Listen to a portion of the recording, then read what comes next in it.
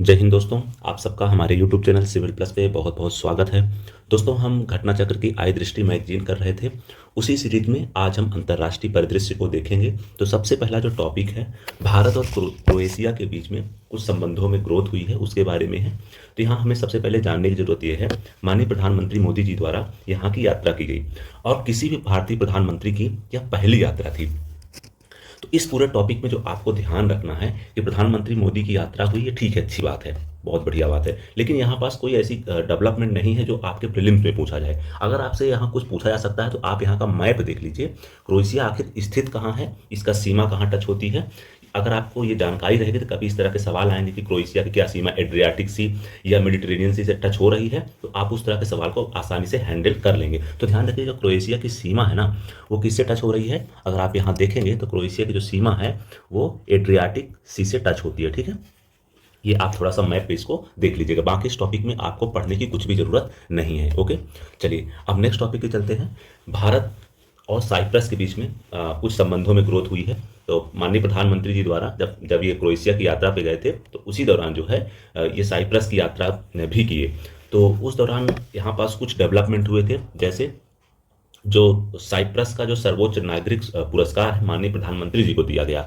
उसका उस पुरस्कार का नाम क्या है, आपसे यह पूछा जा सकता है। तो पुरस्कार का नाम है grand cross of the order of Makarios third. ये नाम ध्यान रखेगा, grand cross of the order of Makarios third जो पुरस्कार है ये क्रोएशिया ने भारतीय प्रधानमंत्री जी को सम्मानित करने के लिए दिया है। ठीक है, साइप्रस ने अपने को यूरोप में भारत के गेटवे या प्रवेश द्वार के रूप में पेश किया है, ये बात भी ध्यान रखिएगा। आप ये भी जानते होंगे कि जो तुर्की है बार बार जो है भारत को थ्रेट उत्पन्न करता है, तो इसीलिए भारत जो है उसको एक प्रकार से रणनीतिक रूप से उस पर दबाव बनाने के लिए तुर्की को साइप्रस से अपने संबंधों को मजबूत कर रहा है। अब साइप्रस की आप लोकेशन देखिए, साइप्रस की लोकेशन कहाँ है। अगर आप उसके साइप्रस के नॉर्थ में देखेंगे तो तुर्की हो गया और ये है साइप्रस। साइप्रस कहाँ स्थित है आप देखेंगे तो मेडिटेरेनियन सी पर या कहें कि भूमध्य सागर में यह अवस्थित है साइप्रस। तो साइप्रस की अगर आपसे कभी लोकेशन पूछ लिया जाए तो आप इसको ध्यान रखिएगा। ठीक है, चलिए, और ये भी ध्यान रखिएगा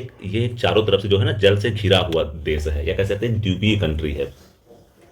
नेक्स्ट टॉपिक की तरफ चलते हैं। भारत और पराग्वे के बीच कुछ संबंधों में वृद्धि हुई है, कहें उसमें कुछ गर्माहट आई है। तो यहाँ पास देखो, ऐसा कुछ विशेष रूप से तो नहीं हुआ है, लेकिन पराग्वे के जो राष्ट्रपति थे सेंटियागो पेना, इनकी भारत की पहली यात्रा हुई, लेकिन आपको इनके राष्ट्रपति जी का नाम याद नहीं रखना है। हमने तो बस इसको बताने के लिए आपको बता दिया। इस पूरे उसमें कोई भी ऐसा डेवलपमेंट नहीं जो आपके प्रीलिम्स में पूछा जाए। मेंस में हो सकता है आपसे कुछ चीज़ें यहाँ से पूछी जा सकती हैं, लेकिन प्रीलिम्स में कुछ भी पूछे जाने की यहाँ से जरूरत नहीं है। बस आपको यहाँ ये ध्यान रखिएगा कि भारत और मर्कोसुर अगर कुछ एक्ट या समझौते की बात आए तो ध्यान रखिएगा ये किसके भी संबंधों की बात होगी। भारत और मर्कोसुर अगर एग्रीमेंट की कहीं भी अगर आपको चर्चा मिलती है तो भारत और पराग्वे के भी संबंधों की बात होगी। अब आपको यहाँ पास जो सबसे जरूरी है देखने की वो है पराग्वे की लोकेशन। अगर आप देखेंगे ये साउथ अमेरिका का मैप, तो इसमें आप देखेंगे जो पराग्वे है ये क्या है, लैंड लॉक्ड कंट्री है। क्या होता है, कई बार सीधे प्रश्न यहाँ से पूछ लिए जाते हैं कि आखिर जो पराग्वे है लैंड लॉक्ड कंट्री है या नहीं है। जैसे ऑप्शन दे देगा कि निम्नलिखित में से कौन सी लैंड लॉक्ड कंट्री है, तो आप अगर पूरे साउथ अमेरिका में जाएंगे तो सिर्फ दो कंट्री ऐसी हैं जो लैंड लॉक्ड है, बाकी लगभग सारी कंट्री जो है बाउंड्री शेयर करती हैं कहीं ना कहीं ओशन से।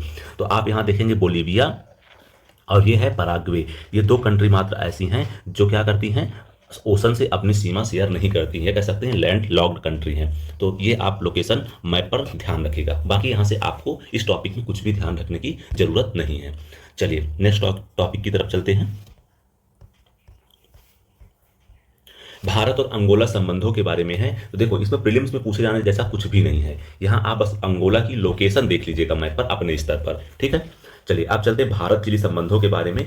तो भारत चिली संबंधों में आपको यहाँ भी कुछ भी ऐसा डेवलपमेंट नहीं है जो आपके प्रीलिम्स में पूछा जाए। अगर कुछ भी पूछा जा सकता है तो हो सकता है आपको चिली की लोकेशन पूछ ली जाए, चिली से रिलेटेड कुछ भी पूछ लिया जाए। मतलब जैसे पूछ लिया क्या चिली में जो है एंडीज पर्वत श्रेणी पाई जाती है कि नहीं पाई जाती है, तो ये तो आपको पता ही होगा, ज्योग्राफी पढ़े होंगे तो। अब चिली की लोकेशन आप देख लीजिए, ये इधर हो गया क्या, ये इधर हो गया पैसिफिक ओशन। ठीक है, पैसिफिक ओशन से क्या करती है, अपनी सीमा शेयर करती है चिली। तो बस इसकी लोकेशन आपको मोटे तौर पे पता होना चाहिए। बाकी इतना यहाँ पास कोई ऐसा डेवलपमेंट नहीं है जो आपके प्रीलिम्स में पूछा जाए, तो आप इसको छोड़ सकते हैं। ठीक, अब आ जाते हैं हम भारत और थाईलैंड संबंधों के बारे में। तो भारत और थाईलैंड संबंधों के बारे में जो आपको इस पूरे टॉपिक में ध्यान रखना है, इसमें से ये कितने बार यात्रा किया, कौन कहाँ गए, सब इंपॉर्टेंट बिल्कुल नहीं है। इंपॉर्टेंट बस एक यहाँ चीज़ ये है कि हाँ, यहाँ पास आपको अगर कुछ ध्यान रखना है तो बस ये ध्यान रखना है कि जो लोथल में या गुजरात में कह सकते हैं क्या बन रहा है, राष्ट्रीय समुद्री विकास परिसर बन रहा है। उसके विकास में जो है थाईलैंड भी भारत की सहायता करेगा। तो अगर प्रश्न कभी आपके सामने आता है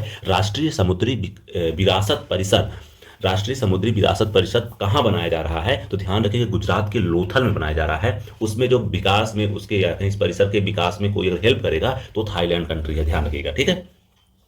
अब भारत श्रीलंका के संबंधों की बात करते हैं, क्योंकि निश्चित रूप से भारत पड़ोसी प्रथम की नीति को अपने आगे बढ़ाने के लिए श्रीलंका या अपने पड़ोसी देशों के साथ अच्छे संबंध बनाए रखना चाहता है। तो श्रीलंका के जो अभी निर्वाचित राष्ट्रपति हैं अनुराग कुमारा दिसानायके, इन्होंने भारत की यात्रा की, ठीक है, उनकी भारत की प्रथम राज्य की यात्रा थी। तो इस दौरान इन्होंने क्या किया कि भारत से संबंधों को बढ़ाने के लिए मतलब कि एक प्रकार से अपने संबंधों को और गहरा बनाने का प्रयास किया है, ठीक है। इसी दौरान इन्होंने क्या किया कि श्रीलंका के राष्ट्रपति ने प्रधानमंत्री नरेंद्र मोदी को क्या किया है, श्रीलंका के मित्र भूषण पुरस्कार से सम्मानित किया है। ये ध्यान रखिएगा, श्रीलंका मित्र भूषण पुरस्कार से किसे सम्मानित किया गया है, सम्मानित किया गया प्रधानमंत्री नरेंद्र मोदी जी को। यह सम्मान विदेशी नेताओं को दिया जाने वाला श्रीलंका का सर्वोच्च सम्मान है। ध्यान रखिएगा, यह जो सम्मान है श्रीलंका मित्र भूषण, ये किसी भी विदेशी नेता को दिए जाने वाला श्रीलंका का सर्वोच्च सम्मान है। और यह सम्मान पाने वाले जो भारत के पहले नेता हैं वो कौन है, माननीय प्रधानमंत्री नरेंद्र मोदी जी, ठीक है। अब भारत न्यूजीलैंड संबंधों के बारे में अगर हम बात करें तो ध्यान रखिएगा, जो भारत न्यूजीलैंड संबंधों में जो सबसे महत्वपूर्ण बात है कि जब भारत में 10वां अभी रायसीना डायलॉग हुआ था, ये उसके क्या थे, मुख्य अतिथि थे कौन, न्यूजीलैंड के जो है प्रधानमंत्री। न्यूजीलैंड के प्रधानमंत्री का क्या नाम है, क्रिस्टोफर लक्सन। तो क्रिस्टोफर लक्सन जो हैं ये क्या रहे हैं, अभी रिसेंट में जो अपने भारत में 10वां रायलसीना डायलॉग हुआ था उसके मुख्य अतिथि रहे हैं। तो अगर प्रश्न आता है कि 10वें रायलसीना डायलॉग के मुख्य अतिथि कौन थे, तो क्रिस्टोफर लक्सन थे। क्रिस्टोफर लक्सन कौन है, ये हैं न्यूजीलैंड के प्रधानमंत्री, ठीक है। बाकी यहाँ पास ऐसा कुछ भी डेवलपमेंट नहीं है जो आपको प्रीलिम्स के लिए याद रखने की जरूरत हो, ठीक है। बाकी आप सारी चीजें यहां छोड़ सकते हैं। अब आते हैं भारत मॉरिशस संबंधों के बारे में। आप सबको पता होगा मॉरिशस की लगभग 70% से जो अधिक आबादी है वो भारतीय मूल की है। और यहाँ पास जो सबसे महत्वपूर्ण बात है, मॉरिशस को अक्सर हिंद महासागर में भारत का द्वार कहा जाता है। क्या कहा जाता है, हिंद महासागर में भारत का द्वार कहा जाता है। एक बात ध्यान रखिएगा कि भारत की अगर सिक्योरिटी को, या कह सकते हैं कि जो ओशन सिक्योरिटी अगर उसको मजबूत करना है तो उसके पॉइंट ऑफ व्यू से मॉरिशस बहुत रणनीतिक स्थान पे अवस्थित है, ठीक है। तो इसीलिए हिंद महासागर में भारत का द्वार मॉरिशस को कहा जाता है। तो अगर प्रश्न कभी आता है भारत का द्वार हिंद महासागर में भारत का द्वार किसे कहा जाता है, तो वह है मॉरिशस, ठीक है। तो अभी रिसेंटली क्या हुआ है, प्रधानमंत्री मोदी जी ने मॉरिशस की यात्रा की। तो हालांकि प्रधानमंत्री 2015 में यहाँ की यात्रा एक बार कर चुके थे, लेकिन इस बार की यात्रा इसलिए खास रही क्योंकि मॉरिशस का जो राष्ट्रीय दिवस होता है वहाँ पर प्रधानमंत्री जी क्या बन के गए थे, मुख्य अतिथि बन के गए थे। तो यहीं पास मॉरिशस के सर्वोच्च सम्मान से प्रधानमंत्री जी को सम्मानित किया गया। देखो भाई, बहुत बड़ा नाम है, आप ये ध्यान रखिएगा, बहुत बड़ा नाम है, लेकिन इस नाम में एक कुछ क्लू है, जैसे ऑफ द इंडियन ओशन। अगर आप इतना पकड़ लेंगे अगर प्रश्न में, तो आप इसका उत्तर समझ जाएंगे कि भैया इसका मॉरिशस ही होगा। तो पूरा अपने नाम देख लेते हैं, grand commander of the order of the star end of the Indian ocean. इतने बार ऑफ द लगा दिया है कि आपका दिमाग इससे ऑफ हो जाएगा। इसमें बस ध्यान रखिएगा द इंडियन ओशन लास्ट में है, तो आप समझ जाएंगे कि ये मॉरिशस के बारे में होगा। अब फिर वही बात, ये पहले प्रधानमंत्री या पहले भारतीय नेता बन गए हैं जिनको यह सम्मान दिया गया है, ठीक है। मॉरिशस के राष्ट्रपति धर्मवीर गोकुल और उनकी पत्नी वृंदा गोकुल को ओवरसीज सिटीजन ऑफ इंडिया का कार्ड प्रधानमंत्री जी ने इसी दौरान कर दिया, ठीक है। तो अगर आप ओसीआई के बारे में थोड़ा पढ़ना चाहते हैं तो पढ़ लीजिए, वैसे प्रीलिम्स के लिए इंपॉर्टेंट नहीं है। अब भारत और संयुक्त राज्य अमेरिका के कुछ संबंधों में कुछ ग्रोथ हुई है, उनके बारे में देख लेते हैं। राष्ट्रपति डोनाल्ड ट्रंप के जो दूसरा कार्यकाल था उस शपथ ग्रहण के बाद प्रधानमंत्री नरेंद्र मोदी ने अपनी पहली अमेरिकी यात्रा की थी। इस दौरान जो मुख्य रूप से जो बड़ी जो शुरुआत हुई है उनमें देख लेते हैं। एक है ट्रस्ट पहल। तो आपसे प्रश्न पूछ लिया जाएगा ट्रस्ट पहल आखिर है क्या। तो ट्रस्ट इनिशिएटिव जो है एक प्रकार से महत्वपूर्ण और उभरती प्रौद्योगिकियों में सहयोग आगे बढ़ाने की प्रतिबद्धता है। तो ट्रस्ट अगर आ जाए तो क्या है, जो इमर्जिंग टेक्नोलॉजी हैं उनमें एक प्रकार से कॉपरेशन, एक सहयोग बढ़ाने के लिए एक प्रकार से कमिटमेंट है दोनों देशों के बीच में। ट्रस्ट पहल से अर्थ है रणनीतिक प्रौद्योगिकी का उपयोग करके संबंधों को परिवर्तन लाना। एक प्रकार से कुल मिलाकर यह है कि जो स्ट्रेटेजिक इंपॉर्टेंस की टेक्नोलॉजी है उनका उपयोग करके संबंधों को और महत्वपूर्ण और गहरा बनाना है। और इसी दौरान एक क्या हुआ, इंडस इनोवेशन की शुरुआत हो गई। इंडस इनोवेशन का मुख्य उद्देश्य क्या है, यह एक नवाचार सेतु है जिसे रक्षा अनुप्रयोगों के लिए सफल इंडस एक्स प्लेटफॉर्म के आधार पर तैयार किया गया है। ये क्या करेगा, इंडस इनोवेशन क्या करेगा, अंतरिक्ष, ऊर्जा, अन्य उभरती प्रौद्योगिकियों पर ध्यान केंद्रित करेगा। तो अगर आपसे ट्रस्ट पहल पूछा जाए या इंडस इनोवेशन के बारे में पूछा जाए तो आप यहाँ पास इन दो बातों को ध्यान रखिएगा कि न्यू डेवलपमेंट है इंडिया एंड यूएस संबंधों के बीच में। तो इस पूरे टॉपिक में अगर आपको कुछ ध्यान रखना था तो एक ट्रस्ट इनिशिएटिव और दूसरा इंडस इनोवेशन को, ठीक है। बाकी इसमें कुछ भी ऐसा चीज नहीं है जो आपको ध्यान रखना चाहिए। चलिए अब आते हैं भारत और नाइजीरिया के संबंधों में। देखो यार, जब भी किसी कंट्री की बात आए ना, उसकी आप लोकेशन जरूर देख लिया करिए। फिर लोकेशन का मतलब ये होता है जो कंट्री कहाँ अवस्थित है, उसके अलावा उस कंट्री की जो महत्वपूर्ण बातें हैं, खासतौर पर अगर कोई माउंटेन है या कोई वोल्केनो है, तो ये बातें भी आपका देखना फर्ज बनता है, ठीक है। भारत नाइजीरिया के संबंधों की बात करते हैं तो इस दौरान क्या हुआ, प्रधानमंत्री नरेंद्र मोदी जी ने नाइजीरिया की एक राजकीय यात्रा की। ये 17 वर्षों के बाद किसी प्रधानमंत्री की प्रथम यात्रा है, तो सब याद रखने की जरूरत नहीं, कभी नहीं आएगा, ठीक है। तो यहाँ पास ध्यान रखना यह है कि यहाँ पास जब प्रधानमंत्री जी नाइजीरिया की यात्रा करने गए तो उस दौरान नाइजीरिया के जो राष्ट्रीय अवार्ड है grand commander of the order of niger, इससे प्रधानमंत्री नरेंद्र मोदी जी को सम्मानित किया गया। तो आप बस ये ध्यान रखिएगा, grand commander of the order of niger, ये इससे किसे सम्मानित किया गया है, प्रधानमंत्री नरेंद्र मोदी जी को सम्मानित किया गया है। प्रधानमंत्री नरेंद्र मोदी जी जो हैं 1969 के बाद इस पुरस्कार से सम्मानित होने वाले प्रथम विदेशी नेता हैं, ठीक है। ये इन्हें क्यों दिया गया है, ये बेसिकली इसलिए दिया गया है क्योंकि इन्होंने भारत और नाइजीरिया के संबंधों को मजबूत बनाने में एक विशिष्ट योगदान दिया है। इस योगदान के लिए ही नाइजीरिया ने प्रधानमंत्री नरेंद्र मोदी जी को इस अवार्ड से सम्मानित किया है। इस अवार्ड का नाम आप ध्यान रखिएगा, वैसे इसके लास्ट में ही नाइजर लिखा हुआ, तो आपको बहुत कंफ्यूजन नहीं होना चाहिए पेपर में। अब भारत गुयाना के संबंधों की अगर हम जब बात करते हैं, इसमें भी कुछ बहुत ही महत्वपूर्ण डेवलपमेंट हुए हैं, उनको देख लेते हैं। अगर इस टॉपिक में देखते हैं जो आपको महत्वपूर्ण बातें ध्यान रखनी है तो यह है कि ये प्रधानमंत्री नरेंद्र मोदी जी द्वारा 1968 के बाद किसी भी प्रधानमंत्री की पहली गुयाना यात्रा थी। अब आप क्या करेंगे, अपने स्तर पे जाकर गुयाना की आप लोकेशन देख लेंगे। आप सबको पता है ये कैरिबियन कंट्री है, तो इसके बारे में आपको लोकेशन देखना आपकी रिस्पॉन्सिबिलिटी बनती है कि एक बार आप जाइए, लोकेशन देखिए मैप पे। दूसरा यहाँ ध्यान रखने की जरूरत यह है कि दूसरे भारत कैरिकॉम शिखर सम्मेलन का आयोजन किया गया, और ये कहाँ किया गया था, ध्यान रखिएगा, गुयाना में ही किया गया था, गुयाना में ही किया गया था, इसलिए इसको आप एक बार देख लीजिएगा। जो आपको पता होगा मोहम्मद इरफान नाम है, इरफान अली जो हैं, जब 2023 में प्रवासी भारतीय सम्मेलन हुआ था इंदौर में, तो उसके जो है ये मुख्य अतिथि के रूप में भारत में भाग लिए थे। हालांकि इंपॉर्टेंट नहीं है, आप इतना ध्यान रख सकते हैं। अगर इसमें कुछ इंपॉर्टेंट तो बस आप ये ध्यान रखिएगा गुयाना आखिर अवस्थित कहाँ से, लोकेशन एक बार मोटे तौर पे आप देख लीजिएगा। भारत सिंगापुर संबंधों की जब हम बात करते हैं तो आसियान में अगर बात, सिंगापुर जो है आसियान में भारत का सबसे बड़ा व्यापारिक भागीदार देश है और यह प्रत्यक्ष विदेशी निवेश का भी एक प्रमुख स्रोत है। 4 समझौते हुए हैं, समझौतों के बारे में आपको शायद कुछ भी ध्यान रखने की जरूरत नहीं है क्योंकि नहीं आता भाई। ये ध्यान रख लीजिएगा कि भारत सिंगापुर अर्धचालक पर्यटन साझेदारी हुई है, ठीक है। किसकी बात हो रही है, India Singapore semiconductor ecosystem partnership के बीच में के लिए एक एमओयू हुआ है भारत और सिंगापुर के बीच में। तो अगर प्रश्न कभी आता है किस देश के बीच में अभी रिसेंटली सेमीकंडक्टर इकोसिस्टम पार्टनरशिप के लिए एक एमओयू साइन किया गया है, तो ध्यान रखिएगा सिंगापुर और इंडिया के बीच में है। ओके, तो आप यहाँ ये ध्यान रख सकते हैं। उसके अलावा ग्रेटर नोएडा में जब सेमीकॉन इंडिया का आयोजन किया गया था, उस दौरान भी सिंगापुर की बहुत सारी सेमीकंडक्टर जो इंडस्ट्रीज है, कंपनीज हैं, उनको आमंत्रित किया गया था। तो अगर प्रश्न आता है कि सेमीकॉन इंडिया का आयोजन इस बार कहाँ किया गया था, तो ध्यान रखिएगा इसका आयोजन किया गया था ग्रेटर नोएडा में। उस यात्रा के दौरान प्रधानमंत्री मोदी जी ने ही भारत का पहला तिरुवल्लुवर सांस्कृतिक केंद्र, India's first Thiruvalluvar cultural centre का भी ओपन किया। कहाँ ओपन किया, वो किया है सिंगापुर में। ध्यान रखिएगा सिंगापुर में भारत का पहला तिरुवल्लुवर सांस्कृतिक केंद्र का उद्घाटन किया गया है। उसके अलावा आप ये ध्यान रखिएगा जो तिरुवल्लुवर हैं ये तमिल कवि हैं, ठीक है। इन्होंने एक बुक की रचना, एक काव्य की रचना की थी जिसका क्या नाम था, तिरुकुरल, ठीक है, तिरुकुरल इसका नाम था। प्रोनाउंसिएशन पे मत जाइएगा दोस्तों, अगर थोड़ा सीधा उधर हो जाए तो आप समझ लीजिएगा प्लीज। चलिए अब चलते हैं नेक्स्ट टॉपिक की तरफ।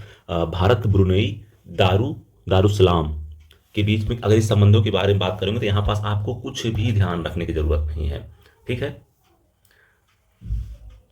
हाँ, अगर आप ध्यान रख सकते हैं तो ये ध्यान रख सकते हैं इस टॉपिक में प्रधानमंत्री नरेंद्र मोदी जी ने अपनी जब यात्रा की थी ब्रुनई की, तो यहाँ पास उन्होंने क्या किया था कि बांदर सेरी बोगावान में स्थित एक मस्जिद है, उसकी उन्होंने यात्रा की थी। क्या नाम था उसका?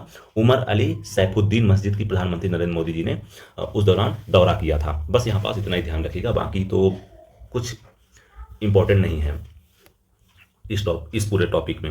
ठीक। अब भारत यूक्रेन के संबंधों की बात करेंगे। देखो, इसमें ज़्यादा चीज़ें इंपॉर्टेंट नहीं, क्योंकि ये तो पुराना हो गया है। दूसरा क्या है कि अभी ये पूरा का पूरा डेवलपमेंट इस संबंधों के बीच में चल ही रहा है, लेकिन इस दौरान कुछ कुछ चीज़ें जो हैं वो चर्चा में आई थी, उनको देख लीजिए आप। जैसे एक चर्चा में आई थी, ओएसिस ऑफ पीस पार्क जो है वो कहाँ अवस्थित है? ओएसिस ऑफ पीस पार्क जो है ये है, आप देखेंगे, यूक्रेन में है। यहाँ पास महात्मा गांधी जी की एक प्रतिमा लगी है, जहाँ पास प्रधानमंत्री नरेंद्र मोदी जी जब यात्रा की थी यूक्रेन की, तो वहाँ जाकर के फूल अर्पण और माल्यार्पण अर्पण किया था। ठीक है। और प्रधानमंत्री नरेंद्र मोदी जी जो थे, जब यूक्रेन गए थे तो करीब 10 घंटा जो है इन्होंने ट्रेन से यात्रा की थी। और उस ट्रेन का नाम क्या था? ट्रेन का नाम था रेल फोर्स वन। क्या नाम था? रेल फोर्स वन नामक की ट्रेन से यात्रा किए थे। और ये कहाँ से यात्रा किए थे? पोलैंड से कीव के बीच। ठीक है, ये बात आप ध्यान रखिएगा। उसके अलावा यहाँ पास भारत ने जो है यूक्रेन को 4 भीष्म क्यूब प्राप्त किए थे, मतलब दिए थे।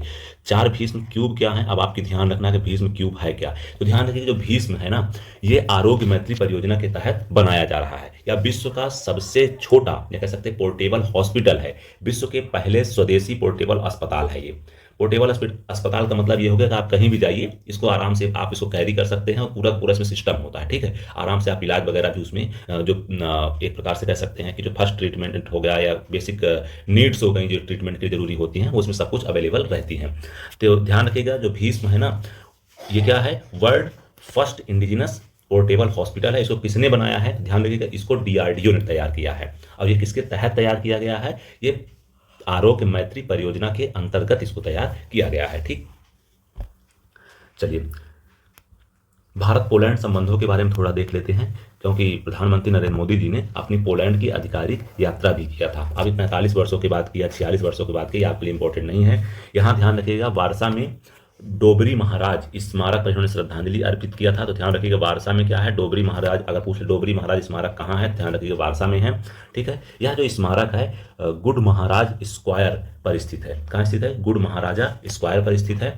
उसके अलावा आप इस स्मारक के बारे में ध्यान रख सकते हैं, जाम साहेब दिग्विजय सिंह जी, रणजीत सिंह जी जडेजा के प्रति पोलैंड के लोगों एवं सरकार के सम्मान और कृतज्ञता की याद दिलाता है। ठीक है भाई, ये सब इंपॉर्टेंट नहीं है, किसकी कृतज्ञता की याद दिलाता है। वारसा में ही एक कोल्हापुर स्मारक स्थित है। तो अगर प्रश्न है कोल्हापुर स्मारक कहाँ अवस्थित है, तो ये है वारसा में। तो डोबरी महाराज स्मारक और कोल्हापुर स्मारक का नाम आप ध्यान रखिएगा, ये कहाँ स्थित है? वारसा में है। बेसिकली क्या है ना, सेकंड वर्ल्ड वार के दौरान इन्होंने काफ़ी, मतलब इनके कंट्रीज के प्रति काफ़ी अच्छा कुछ काम किया होगा, तो उसी को याद करने के लिए इन लोगों ने अपनी कृतज्ञता अर्पित करने के लिए स्मारक बनवा दिया है। बाकी ये सब हमारे परीक्षा में नहीं आएगा भाई, क्या मतलब है सब चीज़ों का। अब भारत मलेशिया के संबंधों के बारे में देख लेते हैं। कुछ है डेवलपमेंट यहाँ, इसमें तो हमको भाई कुछ दिख नहीं रहा है, तो आप छोड़ सकते हैं, इसमें कुछ भी ऐसा नहीं जो आपको पढ़ने की जरूरत है, छोड़ दीजिए। हाँ, अब आते हैं भारत वियतनाम के संबंधों के, देख लेते हैं एक बार। भारत वियतनाम के संबंधों के बारे में जब हम देखते हैं, तो यहाँ पास देखने की जो जरूरत है, आर्मी सॉफ्टवेयर पार्क का उद्घाटन जो है वर्चुअली किया गया है। तो ध्यान रखिएगा, वियतनाम के जो प्रधानमंत्री जी थे, उन्होंने भारत की यात्रा किया था, और जो है यहाँ आकर के उन्होंने वर्चुअली जो है आर्मी सॉफ्टवेयर पार्क का उद्घाटन किया। और यह उद्घाटन भारत के सहयोग से क्यों किया गया? क्योंकि भारत के सहयोग से ही इस पार्क का निर्माण किया गया है। ठीक है, ये बात आप ध्यान रखिएगा। उसके अलावा ये भी, मतलब कि वियतनाम भी लोथल में जो राष्ट्रीय समुद्री विरासत परिसर बनाया जा रहा है, उसमें यह हेल्प करेगा। ठीक है, नेशनल मैरीटाइम हेरिटेज कॉम्प्लेक्स के डेवलपमेंट में वियतनाम भी भारत का सहयोग करने वाला है। भारत रूस के संबंधों के बारे में देख लेते हैं थोड़ा सा। तो अगर आपको यहाँ पास कुछ भी देखना है, तो चेन्नई व्लादिवोस्तोक समुद्री गलियारा के बारे में थोड़ा पढ़ लीजिएगा। वैसे बहुत सब पुरानी घटनाएं हैं, इतना इंपॉर्टेंट नहीं है। यहाँ पास बस एक चीज़ इंपॉर्टेंट ये है, ये जब भारत ने अभी रूस की यात्रा, मतलब प्रधानमंत्री नरेंद्र मोदी जी ने रूस की यात्रा किए थे, तो यहाँ पास एक समझौता हो गया कि तो भारत 2030 तक जो है $100 बिलियन के द्विपक्षीय व्यापार करने का अपना टारगेट निर्धारित किया है। ठीक है, तो उसके अलावा और यहाँ पास कुछ इंपॉर्टेंट है। हाँ, इंपॉर्टेंट बस यहाँ ये है कि जो प्रधानमंत्री नरेंद्र मोदी जी को रूस के सर्वोच्च राजकीय पुरस्कार Russia highest state award, the award of state, the award of Saint Andrews, the apostle से सम्मानित किया गया है किसको? प्रधानमंत्री नरेंद्र मोदी जी को। तो आप ये यहाँ ध्यान रखिएगा। रूस का सर्वोच्च पुरस्कार दिया गया है प्रधानमंत्री नरेंद्र मोदी जी को, उसका नाम क्या है? The order of Saint Andrews the Apostle. इस सम्मान को प्राप्त करने वाले प्रधानमंत्री नरेंद्र मोदी जी तो भारत के पहले नेता हैं। रूस में 2 नए वाणिज्यिक दूतावास का भी उद्घाटन प्रधानमंत्री नरेंद्र मोदी जी ने किया था। एक किया था कजान में, दूसरा किया था येकातेरिनबर्ग में। येकातेरिनबर्ग में दूसरे वाणिज्यिक दूतावास का उद्घाटन किया था। तो ये दोनों नाम आप ध्यान रख सकते हैं, ठीक है। अगर ऐसा पूछा जा सकता है कि अभी रिसेंटली जब प्रधानमंत्री नरेंद्र मोदी जी की रूस की यात्रा हुई थी तो 2 वाणिज्यिक दूतावास ओपन किए गए, उनका नाम दिया रहेगा। तो एक होगा कजान, दूसरा होगा येकातेरिनबर्ग, ठीक। चलते हैं अब नेक्स्ट देखते हैं कुछ अन्य महत्वपूर्ण घटनाओं के बारे में। तो सतत विकास रिपोर्ट 2025 पब्लिश की गई। तो सबसे पहले आपको ध्यान रखना है ये सतत विकास रिपोर्ट करती क्या है। जो एसडीजी के 17 गोल निर्धारित किए गए हैं और 169 उप टारगेट हैं उसमें, उनके क्या करती है, एक प्रकार से देखती है कि क्या प्रगति हुई है विभिन्न देशों में, उसका मूल्यांकन करती है। तो ये रिपोर्ट पब्लिश कौन करता है? इस रिपोर्ट को पब्लिश करने वाली जो संस्था है उसका नाम है United nation sustainable development solution network. तो इसको ध्यान रखिएगा, UNSDSN जो है इसको पब्लिश करती है। उसके अलावा यहाँ बस आप ये ध्यान रखिएगा कि टॉप कंट्री कौन रही है एसडीजी जो रिपोर्ट उसे परफॉर्म करने वाली, तो वो रही है फिनलैंड, नंबर 2 पे स्वीडन, नंबर 3 पे डेनमार्क। इंडिया का कौन सा स्थान रहा है? इंडिया का स्थान रहा है 99। ये ध्यान रखिएगा, इंडिया पहली बार 100 के अंदर आई है रैंकिंग में, तो मतलब भारत काफी अच्छा एसडीजी में कर रहा है। अगर हम बात करते हैं 2024 में भारत की रैंक कितनी थी, तो भारत की रैंक थी 109, जो कि 2025 में कितनी हो गई? 99। मतलब भारत में जो है 10 रैंकों का 10th पोजीशन का क्या किया है, इन्होंने इंप्रूव किया है। तो ध्यान रखिएगा, भारत की अगर कभी प्रश्न आएगा आपके पेपर में कि भारत की रैंकिंग में सुधार हुआ है, तो बिल्कुल सुधार हुआ है। तो आप ध्यान रखिए कितने अंकों का सुधार हुआ? 10 अंकों का सुधार हुआ है। अब भारत की रैंक वर्तमान में कितनी है? 99 है। बस इस टॉपिक में बस इतना ही आपको ध्यान रखना है। अब आप यहां ध्यान रखिए, नेक्स्ट टॉपिक की तरफ जो चलेंगे, विश्व प्रतिस्पर्धा रैंकिंग की बात करेंगे। तो यहां पर सबसे पहले आपको ध्यान रखना है इसको पब्लिश कौन करता है। इसको पब्लिश करने वाली जो संस्था है उसका नाम क्या है? IMD। IMD का मतलब क्या है? International institute for management development, ठीक है। यह संस्था जो है इस रिपोर्ट को पब्लिश करती है। और वैश्विक प्रतिस्पर्धा जो सूचकांक है, कह सकते हैं वर्ल्ड कॉम्पिटिटिवनेस रैंकिंग है, इसमें अगर पहली रैंक किसकी है तो वो है स्विट्जरलैंड की, और जो भारत की रैंक है वो है 41। तो बस आपको यहाँ पर 3 चीजें ध्यान रखनी। इसको पब्लिश कौन करता है? नंबर 1 रैंक किसकी है और नंबर भारत की कौन सी रैंक है। तो भारत का रैंक है 41 और स्विट्जरलैंड की रैंक है नंबर 1। इसको पब्लिश कौन करता है? IMD करता है। ओके, चलते हैं नेक्स्ट टॉपिक की तरफ। ऊर्जा संक्रमण सूचकांक की जब बात करते हैं, एनर्जी ट्रांजिशन इंडेक्स की बात करते हैं हम। इसको पब्लिश करने वाली संस्था का नाम है वर्ल्ड इकोनॉमिक फोरम, ठीक है। क्या नाम है? वर्ल्ड इकोनॉमिक फोरम इसको पब्लिश करता है। इसमें जो टॉप कंट्री है, टॉप कंट्री का नाम है एनर्जी ट्रांजिशन इंडेक्स में, वो है स्वीडन, और नंबर 2 पे फिनलैंड, और नंबर 3 पे डेनमार्क। इसमें भारत की रैंक क्या है? भारत की रैंक है 71, ठीक है। बस इस टॉपिक में आपको बस इतनी ही 3 बातें ध्यान रखनी है, उसके अलावा इसमें कुछ भी ऐसा ध्यान रखने की जरूरत नहीं है। नेक्स्ट टॉपिक की तरफ आप चलते हैं, ग्लोबल लिवेबिलिटी इंडेक्स, ठीक है। मतलब आप कह सकते हैं कि वैश्विक स्तर पर कौन सी ऐसी जगह जहां पास रहने के लिए सबसे बेहतर उत्तम व्यवस्थाएं हैं या आरामदायक व्यवस्थाएं हैं। तो आप कह सकते हैं कि दुनिया का अगर सबसे बेहतरीन हम शहर की बात करेंगे तो वो है कोपेनहेगन, ठीक है। और अगर हम कंट्रीज की बात करेंगे सबसे बेहतरीन वो है डेनमार्क। ये कोपेनहेगन शहर और डेनमार्क जो देश है ये बेहतरीन है सबसे अच्छा रहने के लिए विश्व के सबसे कम आरामदायक अगर हम शहरों की बात करेंगे तो कौन सा स्थान आएगा आपको? दमिश्क जो है सीरिया की राजधानी है, वो सबसे बेकार है, जहां पास आपका रहना आपके लिए बहुत ही खतरनाक हो जाएगा। मतलब आपकी सुरक्षा को लेकर के पर्यावरण बहुत खराब है, स्वास्थ्य बहुत स्थिति खराब है, वहां पर डेंजरस बहुत है, तो इसलिए यहाँ पास आप मत ही जाइएगा। चलते हैं नेक्स्ट टॉपिक की तरफ। नेक्स्ट टॉपिक है वैश्विक लैंगिक अंतराल सूचकांक, ये कह सकते हैं ग्लोबल जेंडर गैप इंडेक्स, ठीक है। इस पे अगर हम भारत की रैंक की बात करते हैं तो भारत की रैंक 2025 में कितनी है दोस्तों? तो ध्यान रखिएगा, भारत की 2025 में रैंक है 131, जबकि 2024 में भारत की रैंक क्या थी? ये थी 129, ठीक है। इसको पब्लिश कौन करता है?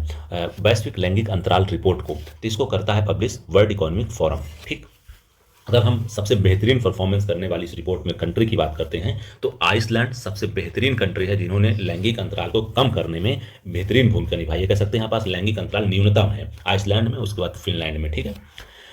सबसे ज्यादा लैंगिक अंतराल अगर हम किसी कंट्री में देखते हैं तो वो है पाकिस्तान में, फिर उसके बाद सूडान और चाड में, ठीक है। भारत की रैंक हमने आपको बता दिया कितनी है, 131 है 2025 में। इसका मतलब ये होगा कि भारत की रैंकिंग में गिरावट आई है। कितने अंकों की गिरावट आई? 2 अंकों की गिरावट आई है।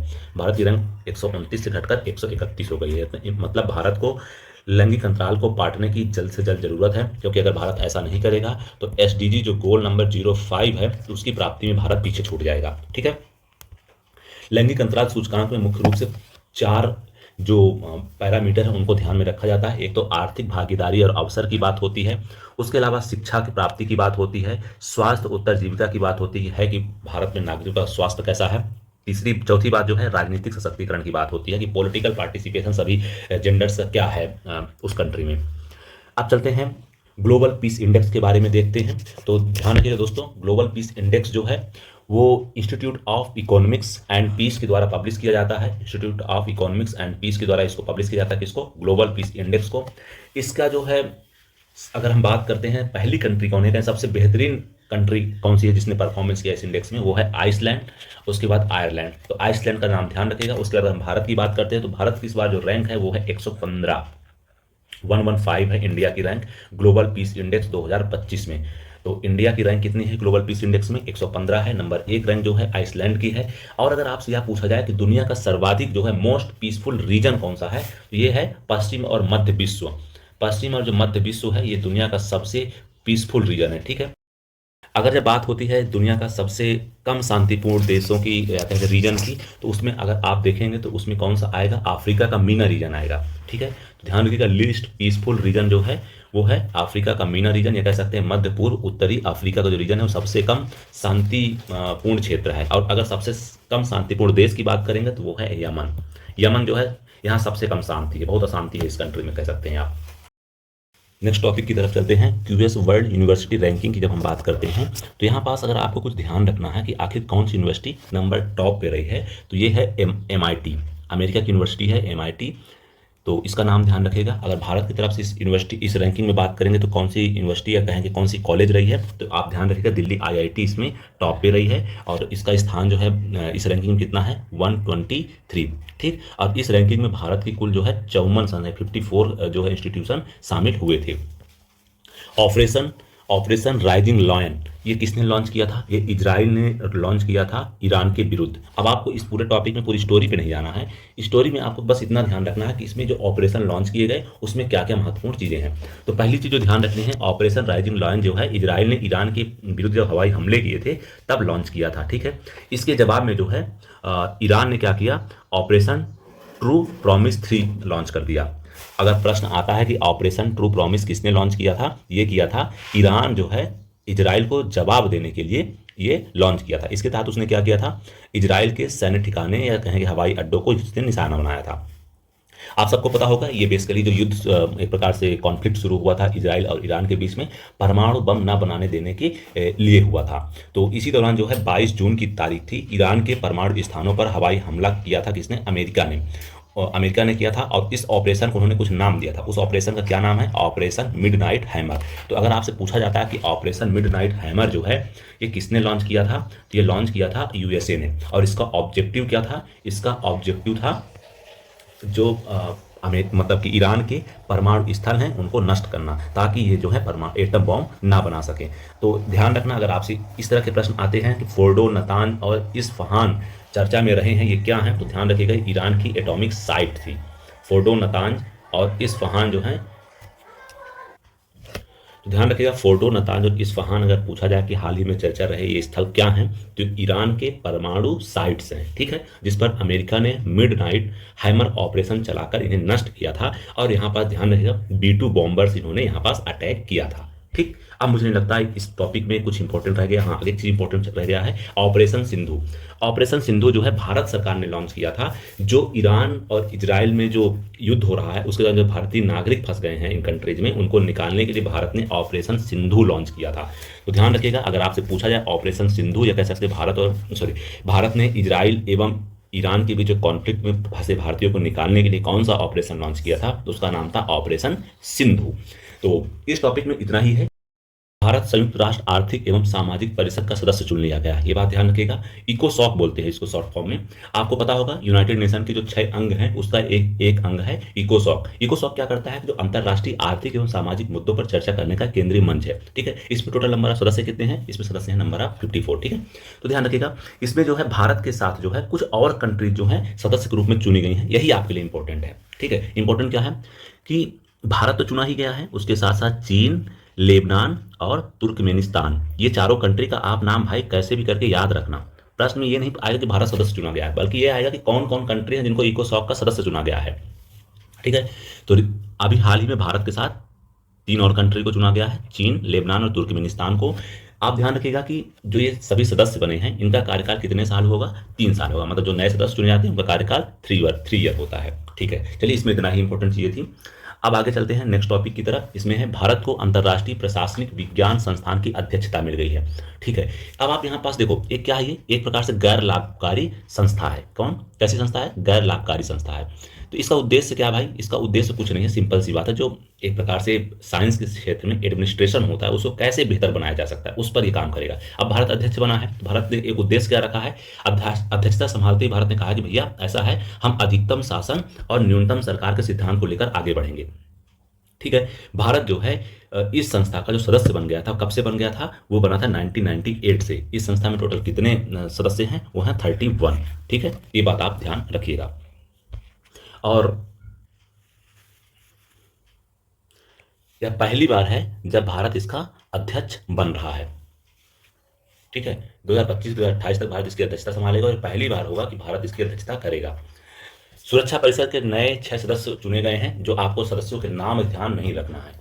ठीक है, यहाँ ध्यान बस ये रखना है कि भैया देखो ऐसा है, सिक्योरिटी काउंसिल जो है यूनाइटेड नेशन की जो 6 मेन अंग हैं उसका एक पार्ट है, और इसमें कुल जो है 15 सदस्य होते हैं, जिसमें से 5 जो होते हैं स्थायी होते हैं, जिनके पास वीटो पावर होता है, और जो 10 सदस्य होते हैं वो अस्थायी होते हैं, जिनका चुनाव जो है हर वर्ष लगभग किया जाता है। ठीक है, और इनको जो है साइक्लिक ऑर्डर में क्या होता है, इनको एक प्रकार से चेयरमैनशिप भी मिलती रहती है सबको।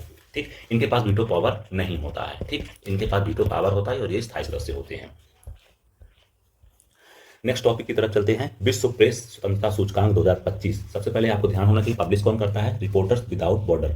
ठीक है, इसका मुख्य विषय इस साल क्या था, साहसी दुनिया में रिपोर्टिंग, प्रेस स्वतंत्रता और मीडिया पर कृत्रिम बुद्धिमत्ता का प्रभाव। ठीक है, reporting in the brave new world, the impact of artificial intelligence on press freedom and the media, ये इसका इस साल का थीम रहा है। इसने जो रिपोर्ट पब्लिश किया है इसमें नंबर 1 रैंक जो रही है वो नॉर्वे की रही है। ठीक है, ये कह सकते हैं नॉर्वे में सर्वाधिक प्रेस फ्रीडम है, उसके बाद एस्टोनिया में है। ठीक, अब भारत की बात करते तो भारत की रैंक है 151। लास्ट ईयर भारत की रैंक जो थी 2024 में वो थी 159। और आपको पता होगा कि भारत सरकार इस रिपोर्ट को कहती है कि तुम पक्षपातपूर्ण रूप से रिपोर्ट पब्लिश करते हो, भारत सरकार इस रिपोर्ट को नहीं मानती है। ठीक है, ये बात ध्यान रखिएगा।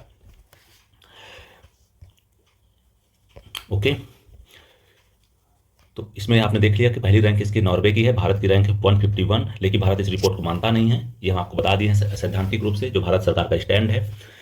नेक्स्ट टॉपिक की तरफ चलते हैं, विश्व सैन्य खर्च प्रवृत्ति रिपोर्ट, स्टॉकहोम की एक अंतर्राष्ट्रीय शांति अनुसंधान संस्थान जिसे हम सीपरी बोलते हैं, वो इसको पब्लिश करती है, ऐसी रिपोर्ट को जारी करती है। ये बेसिकली इसमें करती क्या है, जो दुनिया में संघर्ष चल रहे हैं, जो एक प्रकार से शस्त्रीकरण हो रहा है, शस्त्र नियंत्रण हो रहे हैं या निशस्त्रीकरण हो रहा है, उसके संदर्भ में अनुसंधान करती है और अनुसंधान करके एक रिपोर्ट पब्लिश करती है। ठीक है, ये कह सकते हैं trend in world military expenditure की एक रिपोर्ट जारी करती है। इस रिपोर्ट के अनुसार अगर हम बात करेंगे तो 2024 की अगर हम बात करते हैं तो अमेरिका जो है सर्वाधिक रूप से सैन्य खर्च करने वाला देश है, उसके बाद चीन है, नंबर 3 पे रूस है, नंबर 4 पे जर्मनी है और नंबर 5 पे भारत है। ठीक है, तो भारत जो है दुनिया का 5वां ऐसा देश है जो सर्वाधिक सैन्य एक्सपेंडिचर करता है। अगर हम भारत की बात करते हैं तो भारत लगभग $86 बिलियन जो है प्रति वर्ष जो है इसमें खर्च करता है, सैन्य में करता है, सेना में करता है।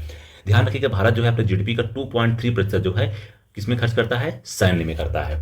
उसके अलावा अगर हम वैश्विक स्तर पे बात करते हैं, विश्व के सकल घरेलू उत्पाद के ग्लोबल जीडीपी की बात करेंगे तो उसका लगभग 2.5% जो हिस्सा है वो सेना के उपयोग में हो रहा है, सैन्य व्यय हो रहा है। चलिए दोस्तों नेक्स्ट टॉपिक को देखते हैं, Times Higher Education Asia University Ranking मत पढ़िए, छोड़ दीजिए। अगर आपको ध्यान भी रखना है तो बस ये ध्यान रखिएगा कि भारत का जो है आईआईएससी बेंगलुरु जो है उसका 38 रैंक है, और शालोनी यूनिवर्सिटी जो है भारत का सर्वोच्च रैंकिंग प्राप्त करने वाला निजी विश्वविद्यालय है, जिसकी रैंकिंग है 146। वैसे इंपॉर्टेंट नहीं है इसका इतना, कभी प्रश्न तो हमने देखा नहीं। अगर आपको अपने स्तर पर पढ़ना तो एक बार देख लीजिएगा, वरना इंपॉर्टेंट है नहीं ये। विश्व सामाजिक रिपोर्ट 2025, सबसे पहले यहाँ पर ध्यान ये रखना कि इसको पब्लिश कौन करता है। इसको पब्लिश करने वाली संस्था का नाम है यूएन दिशा। मतलब संयुक्त राष्ट्र आर्थिक एवं सामाजिक मामलों के विभाग द्वारा इसको पब्लिश किया जाता है। इस का शीर्षक इस साल क्या रहा है? इसका शीर्षक रहा है a new policy consensus to accelerate social progress. ठीक है, सामाजिक प्रगति में तेजी लाने के लिए नई सहमति, ये इसका शीर्षक रहा इस साल रिपोर्ट का। तो इसमें क्या महत्वपूर्ण चीजें बताई गई, पहले उसको देख लेते हैं। देखो, इस रिपोर्ट में कुछ बड़े बड़े इंडिकेशन दिए गए हैं। उसमें कहा गया है कि दुनिया में 60% लोग स्ट्रगल कर रहे हैं और 12% लोग पीड़ा से गुजर रहे हैं। और यह कहा गया है कि 69 करोड़ लोग अत्यधिक गरीबी में, यानी वो प्रतिदिन $2.15 से भी कम में जीवन यापन कर रहे हैं। जैसा कि वर्ल्ड बैंक कहता है कि अगर एक व्यक्ति जो है $2.15 प्रतिदिन कमा रहा है या कहीं उसको खर्च कर रहा है तो वह व्यक्ति गरीब नहीं होगा। लेकिन लगभग दुनिया के 69 करोड़ लोग ऐसे हैं जो $2.15 भी अपने जीवन के लिए उपयोग नहीं कर पा रहे हैं, उनके पास इतना पैसा नहीं है। विश्व बैंक के अनुसार अगर आप देखेंगे तो हर 5 में से एक व्यक्ति जो है जलवायु आपदाओं के जोखिम से गुजर रहा है। ये बात भी ध्यान रखिएगा। दुनिया के 60% से अधिक लोग इस बात से चिंतित हैं कि उनकी नौकरी जा सकती है और उनको भविष्य में कभी नौकरी नहीं मिलेगी। यह रिपोर्ट यह भी कहती है कि 1% आबादी के पास दुनिया की लगभग 20% से अधिक संपत्ति है। ठीक है, तो ये बातें आप इस रिपोर्ट के बारे में ध्यान रख सकते हैं, बाकी चीजें इंपॉर्टेंट उतनी नहीं है। अब हम नेक्स्ट टॉपिक की तरफ चलते हैं। वैश्विक पवन ऊर्जा रिपोर्ट। वैश्विक पवन ऊर्जा रिपोर्ट जो है ये वैश्विक पवन ऊर्जा काउंसिल के द्वारा पब्लिश की जाती है। यहाँ इंपॉर्टेंट जो है वह यह है कि भारत जो है अपनी जो कुल स्थापित क्षमता है उसकी इसमें क्या बोलते हैं पवन ऊर्जा में, वो है 48.2 गीगावाट। और दुनिया में भारत का कौन सा स्थान आता है? भारत का आता है दुनिया में चौथा स्थान। अगर हम दुनिया में बात करते हैं पहला स्थान किसका है, तो दुनिया में पवन ऊर्जा का सर्वाधिक उत्पादन करने वाले देश की अगर हम बात करेंगे तो वो है चीन। ठीक है, ये ध्यान रखिएगा। ये दुनिया का लगभग 46% पवन ऊर्जा अकेले ही उत्पादन करता है। अगर हम भारत के स्तर पे बात करते हैं कि भारत में सर्वाधिक पवन ऊर्जा का उत्पादन करने वाले स्टेट कौन से हैं, तो वो है नंबर 1 पर गुजरात, नंबर 2 पे है तमिलनाडु और नंबर 3 पर है कर्नाटका। तो आप ये तीनों राज्यों का नाम ध्यान रखिएगा। भारत की रैंक क्या है? चौथी रैंक है। नंबर 1 पर पवन ऊर्जा के उत्पादन में चीन है। उसके अलावा आप को यहाँ पास अगर कुछ ध्यान रखना तो आप ये ध्यान रखिएगा कि भारत की स्थापित क्षमता कितनी है, लगभग 50 गीगावाट के आसपास। अगर आपको ध्यान रहता है तो आप इस चीज को अच्छे से, प्रश्न को अगर आता है तो कवर कर पाएंगे। अंतर्राष्ट्रीय बौद्धिक संपदा सूचकांक की बात करते हैं तो सबसे पहले आपको पता होना चाहिए कि इस सूचकांक को या इस इंडेक्स को पब्लिश कौन करता है। इस इंडेक्स को पब्लिश करने वाली संस्था का नाम है यूएस चैम्बर ऑफ कॉमर्स। तो इस इंडेक्स के अनुसार सबसे बेहतरीन अगर बौद्धिक संपदा का कहीं संरक्षण प्राप्त है तो वो है कहाँ? अमेरिका में। निश्चित रूप से उन्हीं की संस्था है तो ये लोग पब्लिश करेंगे तो बेहतर देंगे ही। नंबर 1 पे अमेरिका, नंबर 2 है यूनाइटेड किंगडम और नंबर 3 पे है फ्रांस। अगर हम भारत की बात करते हैं तो भारत को जो रैंक मिली है वो 43 रैंक मिली है। किसके लिए? अंतरराष्ट्रीय इंटरनेशनल इंटेलेक्चुअल प्रॉपर्टी इंडेक्स में। ठीक है, ये ध्यान रखिएगा कि भारत की जो लास्ट ईयर रैंक रही है वो 42 रही है, यानी भारत की जो रैंक है वो एक उसमें गिरावट आई है, इसलिए भारत की रैंक कितनी हो गई है? 43 हो गई है। अब बात करते हैं प्रौद्योगिकी और नवाचार रिपोर्ट के बारे में। ठीक है, तो यहां ध्यान रखना ये रिपोर्ट जो है पब्लिश कौन करता है, ये बहुत इंपॉर्टेंट है। पब्लिश करने वाली संस्था का नाम है अंकटाड। ठीक है, आपको पता होगा अंकटाड ही पहले ease of doing business report publish किया करता था, जो अब बंद कर दिया है। ठीक है, तो अंकटाड ने ही पब्लिश किया है किसको? प्रौद्योगिकी और नवाचार रिपोर्ट 2025 को। ठीक है, यह रिपोर्ट यह कह रही है कि जैसे जैसे एआई का अर्थव्यवस्था में दखल बढ़ रहा है, अवसर पैदा कर रहा है, लेकिन साथ ही क्या हो रहा है? असमानता के जोखिम भी लगातार बढ़ते जा रहे हैं। ठीक है, तो इसकी इस साल की केंद्रीय विषय क्या रहा इस रिपोर्ट का? वो रिपोर्ट का नाम रहा है inclusive artificial intelligence for development. ठीक, तो आपको यहां ध्यान क्या रखना है? मुख्य रूप से यह ध्यान रखना है कि जो ये रिपोर्ट कहती है कि एआई के आने से अर्थव्यवस्था में अवसर भी पैदा हो रहे हैं, लेकिन असमानता का जोखिम भी बढ़ रहा है। एआई यह भी कह रहा है कि एआई जो है विश्व भर में 40% नौकरियों को प्रभावित कर सकता है, जिससे उत्पादकता में वृद्धि होगी, लेकिन स्वचालन और नौकरी विस्थापन के बारे में चिंताएं भी बढ़ेंगी। ठीक है, चलिए नेक्स्ट टॉपिक की तरफ चलते हैं, वैश्विक आतंकवाद सूचकांक की तरफ। वैश्विक आतंकवाद सूचकांक जो है पब्लिश कौन करता है? सबसे पहले आपको ये पता होना चाहिए। इसको पब्लिश करने वाली संस्था का नाम है Institute for Economics and Peace. Institute for Economics for Peace जो संस्था है ये जो क्या करती है? ग्लोबल टेररिज्म इंडेक्स को पब्लिश करती है। ठीक है, तो अगर हम बात करते हैं सर्वाधिक आतंकवाद से या टेररिज्म से प्रभावित कंट्री की, तो वो कौन सी है? वो है बुर्किना फासो। नंबर 2 पे है पाकिस्तान, नंबर 3 पे है सीरिया। अगर हम भारत की बात करते हैं तो भारत जो है दुनिया का 14वां ऐसा देश है, 14th कंट्री है जो सर्वाधिक टेररिज्म से अफेक्टेड है, या कह सकते हैं सर्वाधिक आतंकवाद से प्रभावित है। इस रिपोर्ट के अनुसार Bharat high terrorism affected countries में शामिल है। ओके, चलते हैं नेक्स्ट टॉपिक की तरफ। विश्व प्रसन्नता रिपोर्ट, वर्ल्ड हैप्पीनेस रिपोर्ट की जब हम बात करते हैं तो इसको पब्लिश करने वाली जो मेन संस्था है उसका नाम क्या है? संयुक्त राष्ट्र sustainable development solution network, United nation sustainable development solution network के द्वारा इस रिपोर्ट को मुख्य रूप से पब्लिश किया जाता है। इसमें हालांकि ऑक्सफोर्ड यूनिवर्सिटी और वेल बीइंग रिसर्च सेंटर के द्वारा भी इसमें हेल्प की जाती है पब्लिश करने में। इस रिपोर्ट की अगर हम बात करते हैं तो लगातार फिनलैंड जो है 8वें वर्ष भी नंबर 1 पर बना हुआ है। देखो, जब प्रसन्न रहने का मतलब आप हंसते हैं और हंसने का मतलब फन कर रहे हैं, तो फन का मतलब फिनलैंड से आप जोड़ लीजिए। तो अगर आप ऐसे जोड़ें तो आपको ध्यान रहेगा फिनलैंड नंबर 1 पर है, ठीक। और अफगानिस्तान सबसे दुखी देश है, कह सकते हैं सबसे कम वहाँ खुश लोग रहते हैं, लेकिन लोग मस्त ही दिखते हैं जब देखो तो, ठीक है। तो सबसे ज़्यादा अगर हम बात करते हैं तो खुश देश कौन सा है दुनिया का, या सबसे ज़्यादा हैप्पी देश कौन सा है? वो है फिनलैंड, उसके बाद डेनमार्क, उसके बाद आइसलैंड। और भारत की रैंक की बात करें तो भारत की रैंक भाई इस साल है 118, ठीक है। लास्ट ईयर कितनी थी? 126। मतलब ये कह सकते हैं इंडिया की जो रैंक है वो 8 पोजीशन है, 8 अंकों में इसमें सुधार आया है। तो इसका मतलब कह सकते हैं कि हम लोगों में थोड़ी सी खुशी बढ़ गई है। पहले हम लोग कम खुश थे, अब ज़्यादा खुश हो गए हैं। हमारी रैंक 118 हो गई है, ये ध्यान आप रखिएगा। ओके, चलिए यहाँ पास कुछ और जानकारी दी गई है। इसमें बताया गया है कि दुनिया में सर्वाधिक जो डोनेट करने वाला जो देश है उसका नाम है इंडोनेशिया, ठीक है। कौन सा देश है? इंडोनेशिया। सबसे अच्छा संभव जीवन किस देश में है, क्या जीवन संतुष्टि किस देश में है? वो है फिनलैंड में। स्वाभाविक सी बात है भाई, जब लोग खुशी हैं तो बताओ जीवन अच्छा ही होगा वहाँ।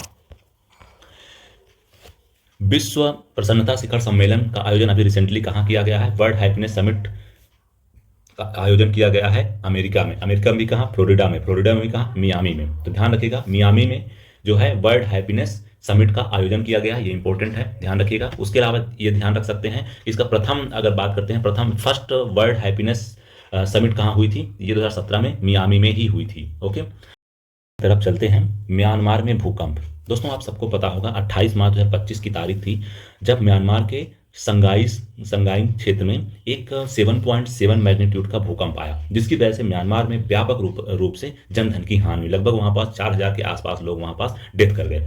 तो इस दौरान भारत सरकार ने एक सहायता करने के लिए एक मिशन लॉन्च किया, या कहीं ऑपरेशन चलाया। उस ऑपरेशन का नाम क्या था? इस ऑपरेशन का नाम था ऑपरेशन ब्रह्मा। तो अगर आपसे प्रश्न पूछा जाए कि ऑपरेशन ब्रह्मा का उद्देश्य क्या था, तो म्यांमार में आए विनाशकारी भूकंप के लिए वहां के पीड़ितों को सहायता प्रदान करना है। तो किसने चलाया था? भारत सरकार ने चलाया था। ये बात आप ध्यान रखिएगा ऑपरेशन ब्रह्मा के बारे में। बाकी इस टॉपिक में आपके इंपॉर्टेंट की कुछ भी चीजें नहीं है। विषय आधारित क्यूएस वर्ल्ड यूनिवर्सिटी रैंकिंग को आप बिल्कुल आराम से छोड़ दीजिए, कोई मतलब नहीं है, ठीक है। विश्व जल विकास रिपोर्ट 2025, इसको पब्लिश करने वाली संस्था का नाम है विश्व जल मूल्यांकन कार्यक्रम, ठीक है।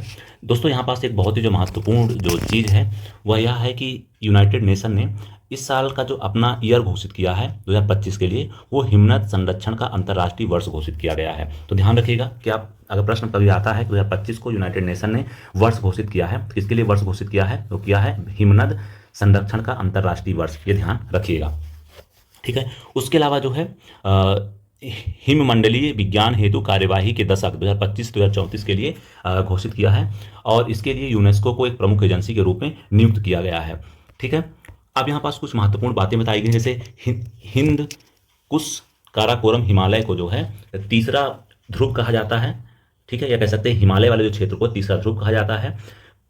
पानी के संकट के बारे में कुछ बातें कही गई हैं। यहाँ पास कहा गया है कि 72% जो जल का उपयोग है दुनिया के, वो किसके लिए यूज किया जा रहा है? वो एग्रीकल्चर के लिए यूज किया जा रहा है। 15% जो वाटर का उपयोग है वो इंडस्ट्री के लिए यूज किया जा रहा है, और 13% जो वाटर का उपयोग है वो घरेलू यूज के लिए उपयोग किया जा रहा है। यहाँ पास ये बातें बताई गई हैं। 2000 से लेकर 2021 के बीच वैश्विक जल मांग में अगर हम बात करते हैं तो 14% की वृद्धि हुई है, जिसका जो मुख्य रूप से कारण रहा क्या रहा है? शहरीकरण और आर्थिक विकास रहा है। यहाँ पास यह बताया गया है कि 4 अरब लोग दुनिया के ऐसे हैं जो किसी न किसी रूप में गंभीर जल संकट का सामना कर रहे हैं, ठीक है दोस्तों, ये बात आप ध्यान रखिएगा। यहाँ पास यह भी बताया गया है कि लगभग 2.5 करोड़ लोग दुनिया के ऐसे हैं जिनके पास पीने के लिए शुद्ध पानी नहीं है, और उसके अलावा उनको सुरक्षित शौचालय की उपलब्धता भी नहीं है। और यहाँ पास बताया गया है जो तीसरा ध्रुव, जिसे हम हिंदू कुश काराकोरम हिमालय कहते हैं, 2021 तक पहुंचते पहुंचते लगभग अपना 50% हिमनद को खो देगा। यहाँ पास ये बात बताई गई जो बहुत ही अलार्मिंग बताई गई है, ठीक है।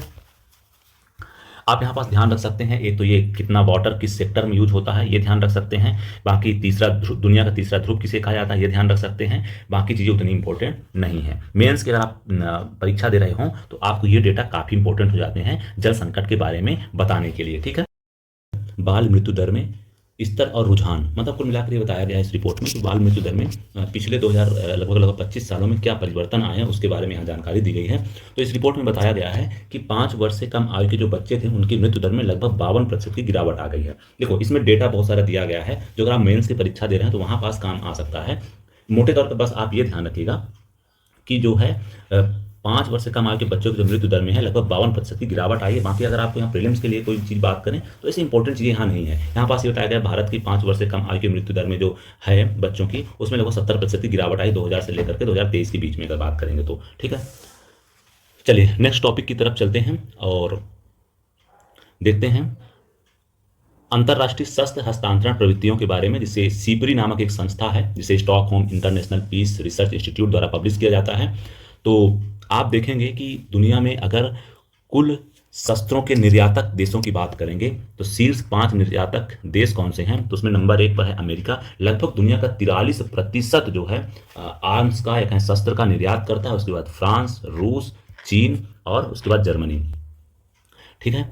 और अगर हम अगर सबसे बड़े आयातक देशों की बात करते हैं जिन्होंने सबसे ज़्यादा दुनिया में शस्त्रों को खरीदा है, उन देशों में अगर हम 5 कंट्रीज की बात करते हैं तो नंबर 1 पर आता है यूक्रेन, नंबर 2 पे आता है भारत और नंबर 3 पे आता है कतर, नंबर 4 पे आता है सऊदी अरेबिया। यहाँ देखने की बात यह है कि यूक्रेन में तो मान लीजिए युद्ध चल रहा है तो उसने दुनिया का लगभग 8.8% जो 8.8% जो है वो दुनिया का शस्त्रों को खरीदा है। लेकिन वही भारत की बात करते हैं जहाँ पास लगभग कोई युद्ध जैसा हालात नहीं है, उसके बावजूद जो है भारत जो है लगभग 8.3% दुनिया के शस्त्रों को खरीदी कर रहा है, ठीक है। ये देखने वाली बात है। तो अगर बात करेंगे तो दुनिया के शीर्ष आयातक शस्त्रों की बात, शास्त्र देशों की बात करेंगे तो उसमें भारत का नाम कौन सा आता है, वो आता है दूसरे नंबर पर, ठीक।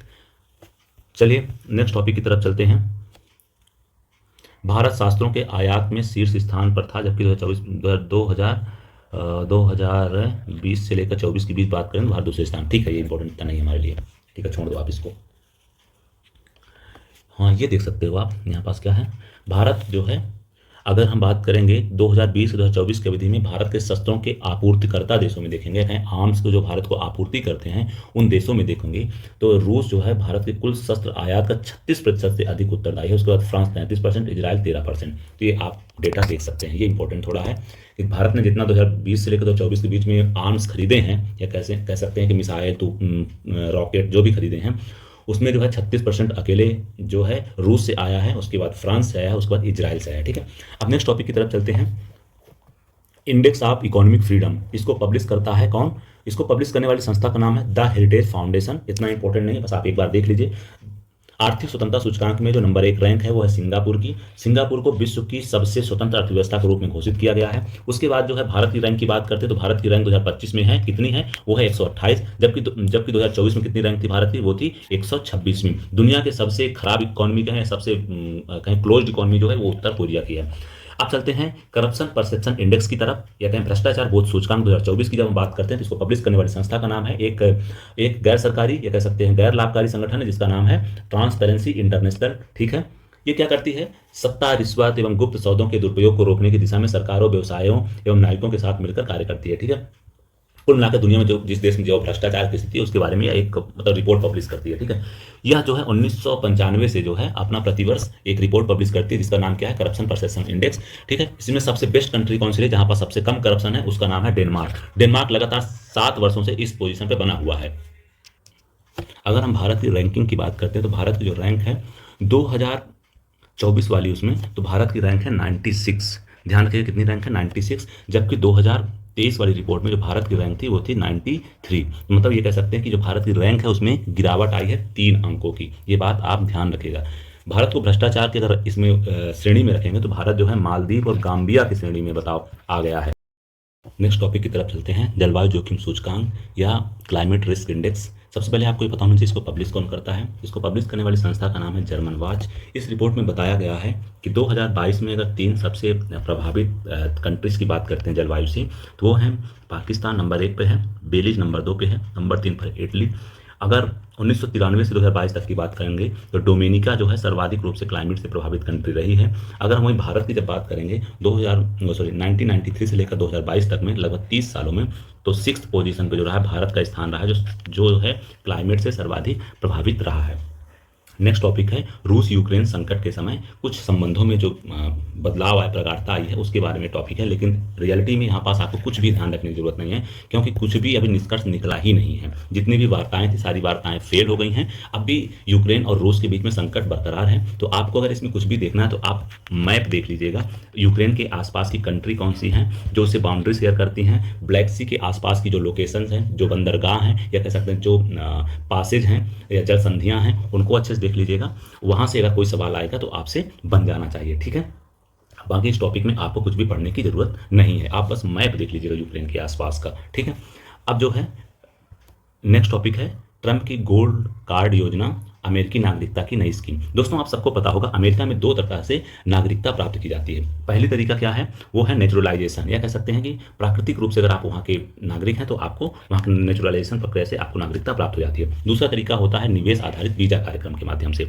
अब निवेश आधारित वीजा कार्यक्रम के लिए इन्होंने क्या चलाया हुआ था, पहले इनके पास प्रोग्राम था EB-5 का प्रयोग करते थे, जिसके तहत ये लोग क्या करते थे, ग्रीन कार्ड दिया करते थे, ठीक है। आपने ग्रीन कार्ड के बारे में बहुत सुना होगा, ठीक है। तो ग्रीन कार्ड के माध्यम से ये लोग क्या करते थे, अमेरिका की नागरिकता दे देते थे, ठीक है, EB-5 का प्रयोग करते हुए। अब EB-5 की जगह इन्होंने क्या लेकर आ गए हैं अमेरिका के राष्ट्रपति जी, वो लेके आ गए हैं गोल्ड कार्ड। गोल्ड कार्ड क्या है, गोल्ड कार्ड वीजा का एक प्रकार है, जिसमें क्या होगा कि अगर आपको गोल्ड कार्ड चाहिए तो गोल्ड कार्ड के लिए आपको $5 मिलियन अमेरिका को देना पड़ेगा, लगभग 43 करोड़ रुपए। अगर आपको अमेरिका की नागरिकता चाहिए तो आपको 43 करोड़ रुपए देना पड़ेगा, तभी आपको जो है अमेरिका की नागरिकता मिल पाएगी, ठीक है। एक प्रकार से कह सकते हैं यह योजना जो है EB-5 इन्वेस्टर वीजा प्रोग्राम को बदलने के लिए लाई जा रही है। ये कह सकते हैं कि जो EB-5 योजना थी जिसके साथ ये ग्रीन कार्ड देते थे, अब ग्रीन कार्ड की जगह क्या होगा, ग्रीन कार्ड ना मिल करके उसकी जगह क्या देंगे, गोल्ड कार्ड देंगे। और गोल्ड कार्ड जो है इसके लिए क्या कितना रुपया लेंगे, $5 मिलियन आपसे लिया जाएगा इसके लिए, ठीक है। मतलब जिनको इसकी अमेरिका की नागरिकता चाहिए होगी उनको $5 मिलियन देना होगा, ठीक है। इसमें लिखा हुआ है गोल्ड कार्ड ग्रीन कार्ड के बराबर होगा, इसके धारकों को अमेरिकी नागरिकता प्राप्त करने का आधार प्राप्त हो जाएगा, ठीक है। इसका जो आयोजन करेगा या क्रियान्वयन करेगा इस वीजा सर्विस का या ग्रीन गोल्ड कार्ड का, वो करेगा US citizenship and immigration services द्वारा किया जाएगा और वाणिज्य विभाग डिपार्टमेंट के द्वारा, ठीक है। ये बात आप ध्यान रखिएगा। बाकी यहाँ पास कुछ इंपॉर्टेंट नहीं है। देखो भारत के लोग बहुत सारे जाते हैं गोल्ड वीजा, वो ग्रीन वीजा के तहत वहाँ की नागरिकता ले लेते हैं, तो बाकी सारी बातें दी गई हैं। बस यहाँ बेसिकली आपको ध्यान रखना था कि गोल्ड वीजा और ग्रीन वीजा में क्या चीज़ें थी, अब क्या डेवलपमेंट हुआ है रिसेंटली, बस आपको यही बात चीज़ें पता होनी चाहिए। नेक्स्ट टॉपिक की तरफ चलते हैं। वैश्विक लोकतंत्र सूचकांक की बात करते हैं। ग्लोबल डेमोक्रेटिक इंडेक्स की बात करेंगे, जिसको पब्लिश करने वाली संस्था का नाम है इकोनॉमिस्ट इंटेलिजेंस यूनिट, EIU जो है वैश्विक लोकतंत्र सूचकांक को पब्लिश करती है। उसके अलावा यहाँ पर ध्यान रखने की जरूरत यह है कि सर्वाधिक रूप से अगर हम डेमोक्रेटिक कंट्री की बात करेंगे, पूर्ण लोकतंत्र की बात करेंगे, तो वो आपको नॉर्वे में देखने को मिलेगा, उसके बाद न्यूजीलैंड में देखने को मिलेगा। सबसे कम लोकतांत्रिक कंट्री है, तानाशाह सबसे ज़्यादा जहाँ है वो है अफगानिस्तान, फिर म्यांमार और उसके बाद उत्तर कोरिया का नाम आप ध्यान रख सकते हैं। भारत की बात करेंगे तो भारत में जो है 41वीं रैंक है भारत की, जहां इन्होंने कहा इस रिपोर्ट में कि भारत में त्रुटिपूर्ण लोकतंत्र है। मतलब आपकी रैंक ठीक है लेकिन ज़्यादा अच्छी नहीं, क्योंकि अमेरिका को भी जो है त्रुटिपूर्ण लोकतंत्र की श्रेणी में रखा गया है, ठीक है, ये ध्यान रखिएगा। इंडोनेशिया जो है ब्रिक्स का नवीनतम पूर्ण सदस्य बन गया है, तो ये आप देख लीजिएगा। बाकी आपको पता होगा पहले ब्रिक्स में 5 सदस्य थे, इसमें 6 नए सदस्य जुड़ गए हैं, जिसमें इंडोनेशिया ने औपचारिक रूप से ज्वाइन कर लिया है, इसलिए इसका नाम आया हुआ है। बाकी इसमें ध्यान रखने की जरूरत नहीं है। ये 6 सदस्य कौन कौन से ऐड होने की बात हुई थी, इसमें कौन सा एक था, मिस्र था, इथोपिया था, इंडोनेशिया था, ईरान था और सऊदी अरब और UAE। तो आप इन 6 कंट्री का नाम ध्यान रखना। ये सब कंट्रीज जब जुड़ जाएंगी तो ब्रिक्स में टोटल नंबर ऑफ कंट्रीज कितनी हो जाएंगी, 11, ठीक है। चलिए अब नेक्स्ट टॉपिक की तरफ चलते हैं। और ब्रिक्स के बारे में कुछ ज़्यादा इंपॉर्टेंट चीज़ें नहीं, क्योंकि सब पुरानी चीज़ें आपने अपने थ्योरी वाले पार्ट में पढ़ा होगा, तो ज़्यादा कुछ है नहीं। ये इंपॉर्टेंट टॉपिक है। विश्व स्मारक निगरानी सूची 2025 के बारे में यहाँ बताया गया है। द वर्ल्ड मोन्यूमेंट वॉच जो है ये जो क्या करता है, नामांकन आधारित कार्यक्रम है जो स्थानीय विरासत संरक्षण को वैश्विक जागरूकता एवं कार्यवाही से जोड़ता है। तो ध्यान रखिएगा, द वर्ल्ड मोन्यूमेंट वॉच जो है एक नामांकन आधारित कार्यक्रम है जो स्थानीय विरासत संरक्षण को वैश्विक जागरूकता एवं कार्यवाही से जोड़ता है, ठीक है। यह रिपोर्ट जो है प्रति 2 वर्ष में इसकी घोषणा की जाती है। तो यहाँ पास जो महत्वपूर्ण चीजें जो भारत की इसमें 2 साइट्स को शामिल किया गया उनके बारे में ध्यान रखिएगा। विश्व स्मारक निगरानी सूची में 2025 वाली में भारत की 2 साइट शामिल की गई हैं। इसमें है भुज की ऐतिहासिक जल प्रणाली को और दूसरा था मूसी नदी के किनारे स्थित ऐतिहासिक इमारतों को। ठीक है, मूसी रिवर हिस्टोरिक बिल्डिंग्स को शामिल किया गया है। दूसरा क्या है, भुज हिस्टोरिक वाटर सिस्टम को शामिल किया गया है। तो बात करते हैं पहले भुज हिस्टोरिक वाटर सिस्टम के बारे में। तो दोस्तों जो भुज हिस्टोरिक वाटर सिस्टम है ये गुजरात के कच्छ जिले में आपको देखने को मिलेगा। इसका जो निर्माण हुआ था 16वीं शताब्दी में राव खेगरजी प्रथम के शासनकाल में हुआ था। निर्मित हमीरसर झील को भुज की शुरुआती विकास के लिए बनाए रखने के लिए इसका डिजाइन किया गया था। मूसी नदी के किनारे स्थित ऐतिहासिक इमारतों की बात करते हैं तो हैदराबाद से होकर गुजरते हुए मूसी नदी का मार्ग एक समृद्ध विरासत संग्रह के स्थान से जुड़ा हुआ है।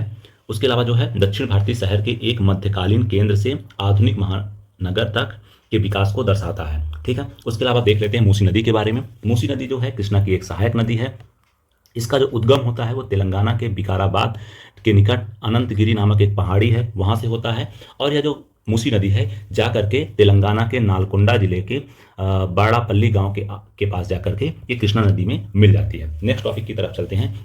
विश्व ध्यान दिवस के बारे में देखते हैं। ध्यान एक प्राचीन अभ्यास है जो वर्तमान क्षण या प्रेजेंट मोमेंट पर ध्यान केंद्रित करने पर आधारित है। इसका जो उद्देश्य है मानसिक एवं आध्यात्मिक विकास करना, शांति और अध्यात्म साक्षात्कार प्राप्त करना है। ठीक है, विश्व ध्यान दिवस जो है किस तारीख के लिए घोषणा की गई है वो है 21 दिसंबर। यूनाइटेड नेशन ने 21 दिसंबर को विश्व ध्यान दिवस के रूप में मनाने के रूप में घोषित कर दिया है। तो ध्यान रखिएगा 21 जून जो है योग दिवस है और 21 दिसंबर जो है वो ध्यान दिवस के रूप में घोषित किया गया है। ये ध्यान रखिएगा कि ये जो है ना इसका ध्यान दिवस को एक अंतर्राष्ट्रीय दिवस के रूप में घोषित करवाने के लिए भारत का बहुत ही बड़ा इसमें योगदान रहा है। ठीक है, time person of the year 2024 की बात जब हम करेंगे इसको प्रतिवर्ष घोषित किया जाता है। ठीक है, इसको टाइम नामक जो एक मैगजीन है उसके द्वारा इसको पब्लिश किया जाता है, घोषित किया जाता है। तो डोनाल्ड ट्रंप को जो है time person of the year 2024 घोषित किया गया था। ये पुरानी न्यूज है, आपको पता ही होगा। एथलीट ऑफ द ईयर 2024 किसको घोषित किया गया था? कैटलिन क्लार्क को घोषित किया गया था जो महिला बास्केट खिलाड़ी हैं, अमेरिका की रहने वाली हैं। सीईओ ऑफ द ईयर किसको घोषित किया गया था? लिया सू को घोषित किया गया था जो सेमीकंडक्टर कंपनी एएमडी की सीईओ हैं। आइकॉन ऑफ द ईयर किसको घोषित किया गया था? एल्टन जॉन को घोषित किया गया जो एक ब्रिटिश गायक हैं। अगर हम वर्ड ऑफ द ईयर की बात करेंगे या कहें कि इस साल का जो सबसे प्रमुख शब्द रहा है वो क्या रहा है? ऑक्सफोर्ड डिक्शनरी के अनुसार हम जब बात करेंगे तो वो रहा है ब्रेन रॉट। ब्रेन रॉट 2024 का word of the year Oxford dictionary के अनुसार रहा है। ठीक है, अगर हम कैम्ब्रिज डिक्शनरी की बात करेंगे तो मैनिफेस्ट जो रहा है वर्ड ऑफ द ईयर घोषित किया गया था। ठीक है, और तो इतना इंपॉर्टेंट दोनों नहीं छोड़ सकते हैं। जब हम जलवायु परिवर्तन सूचकांक 2025 की बात करते हैं तो सबसे पहले आपको ये पता होना चाहिए कि इसको पब्लिश करने वाली संस्था का क्या नाम है। इसकी पब्लिश करने वाली संस्था का नाम है जर्मन वॉच और क्लाइमेट एक्शन नेटवर्क और न्यू क्लाइमेट इंस्टीट्यूट। तो ये तीनों संस्थाएं मिलकर के क्लाइमेट चेंज परफॉर्मेंस इंडेक्स जारी करती हैं। तो ध्यान रखिएगा कि क्लाइमेट चेंज परफॉर्मेंस इंडेक्स में जो टॉप रैंक है वो किसको प्राप्त हुई है? वो प्राप्त हुई है डेनमार्क को। ध्यान रखिएगा डेनमार्क का जो है 4th रैंक है और ये टॉप रैंक है। तो आप बात करेंगे 1, 2 और 3 क्या हुई? तो ये जो है ब्लैंक छोड़ दी गई हैं। ब्लैंक इसलिए छोड़ दी गई हैं क्योंकि इसके मानक को कोई भी कंट्री पूरा ही नहीं कर पा रही है। ठीक है, अगर हम भारत की बात करेंगे तो जलवायु प्रदर्शन सूचकांक में भारत का स्थान है 2025 में 10वां है, जबकि भारत का 2023 में जो स्थान रहा है वो रहा है कितना? वो रहा है 8वां स्थान। ठीक है, 2024 में भारत की रैंक कितनी रही है? वो रही है 7वीं। मतलब कुल मिलाकर ये कह सकते हैं कि भारत की जो रैंक है 2024 की तुलना में वो क्या हुई है? खराब हुई है। ठीक है, मतलब रैंक में गिरावट आई है। ओके, डेनमार्क नंबर 1 पर है, भारत की रैंक क्या है? 10वीं है। ठीक है, भारत की रैंक में गिरावट आई क्योंकि 2024 में भारत की रैंक 7वीं थी। यहाँ कुछ और महत्वपूर्ण बातें बताई गई हैं। जो विश्व का सबसे ज्यादा कार्बन का उत्सर्जक देश है वो कौन सा है? वो है चीन। ठीक है, दूसरा सबसे कार्बन उत्सर्जक देश है वो है अमेरिका। ठीक है, ये बात आप ध्यान रखिएगा। ये भी आप ध्यान रख सकते हैं विश्व में जो ग्रीन हाउस गैसों का 75% से अधिक उत्सर्जन किया जा रहा है वो किसके द्वारा किया जा रहा है? वो किया जा रहा है G20 कंट्रीज के द्वारा। ठीक, चलिए अब आगे चलते हैं, नेक्स्ट टॉपिक को देखते हैं।